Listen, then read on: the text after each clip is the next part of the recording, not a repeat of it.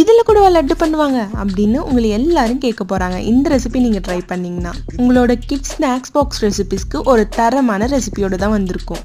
Carrot laddu எப்படி பண்ணுறதுன்னு பார்த்துடலாமா? ஃபர்ஸ்ட் ஒரு பேனில் 3 ஸ்பூன் நெய் சேர்த்து உங்ககிட்ட இருக்க நட்ஸை ஃப்ரை பண்ணி எடுத்துக்கோங்க. நான் இன்னைக்கு முந்திரியும் பாதமும் எடுத்திருக்கேன். அதே பேனில் ஒரு 1/2 கப் அளவுக்கு ரவை சேர்த்து 4 நிமிஷம் ஃப்ரை பண்ணிக்கலாம். அது கூட துருவன கேரட் 2 கப், ஒரு கைப்பிடி அளவுக்கு துருவன தேங்காய் சேர்த்து மூடி போட்டு வேக வச்சுக்கலாம். கேரட் நல்லா வெந்து வரும்போது அது கூட 1 கப் அளவுக்கு சுகர் சேர்த்து அதையும் வதக்கிக்கலாம். சர்க்கரை எல்லாம் கரைஞ்சி நல்லா சுருண்டு வரும்போது நம்ம வறுத்து வச்சிருக்க நட்ஸு, ஏலக்காய் பொடி, 2 ஸ்பூன் நெய் சேர்த்து நல்லா வதக்கி இறக்கிடலாம். கை பொறுக்கிற சூடு வந்ததும் உருண்டைகளாக பிடிச்சி வச்சுன்னா நம்மளோட சூப்பரான கேரட் லட்டு ரெடி ஆகிடும். டேஸ்ட் அல்டிமேட்டாக இருக்கும். உங்களோட குழந்தைங்க மட்டும் இல்லை, பெரியவங்களோட ஃபேவரட் ரெசிபியாகவும் மாறிடும்.